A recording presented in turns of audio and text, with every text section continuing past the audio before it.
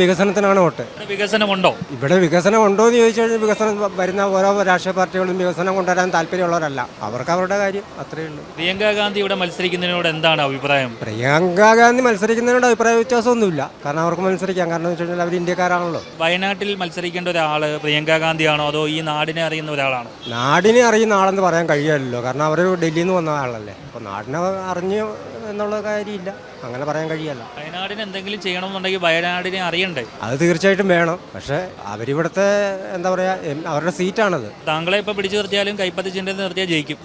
അപ്പോൾ ഇത്രയും താരപ്രതിഭയായിട്ട് ഒരാളെ ഇവിടെ കൊണ്ട് നിർത്തിയാൽ എന്താണ്? അല്ല, അത് താരപ്രതിഭയോടുകൂടി ആണെങ്കിലും അല്ലെങ്കിലും അവരുടെ സീറ്റായതുകൊണ്ട് സ്വാഭാവികമായിട്ട് അവർ ജയിച്ചു പോകും. ഇനി ആരെ നിർത്തിയാലും വികസനം എന്ന് പറയുന്നത് ആ രാഷ്ട്രീയ പാർട്ടിയുടെ മോട്ടോയാണ്, അത് ലക്ഷ്യമാണ്. ജയിച്ചു കഴിഞ്ഞാൽ ഇവരുടെ അടുത്തേക്ക് നമുക്ക് ഫ്രീ ആയിട്ട് ചെല്ലാൻ പറ്റും. വ്യക്തിപരമായിട്ട് അവർ ചെയ്യുന്നതല്ലല്ലോ. ഒരു രാഷ്ട്രീയ പാർട്ടിക്ക് എന്ത് പോളിസി ഉണ്ടോ ആ പോളിസി അനുസരിച്ചല്ലേ അവർ ചെയ്യുക.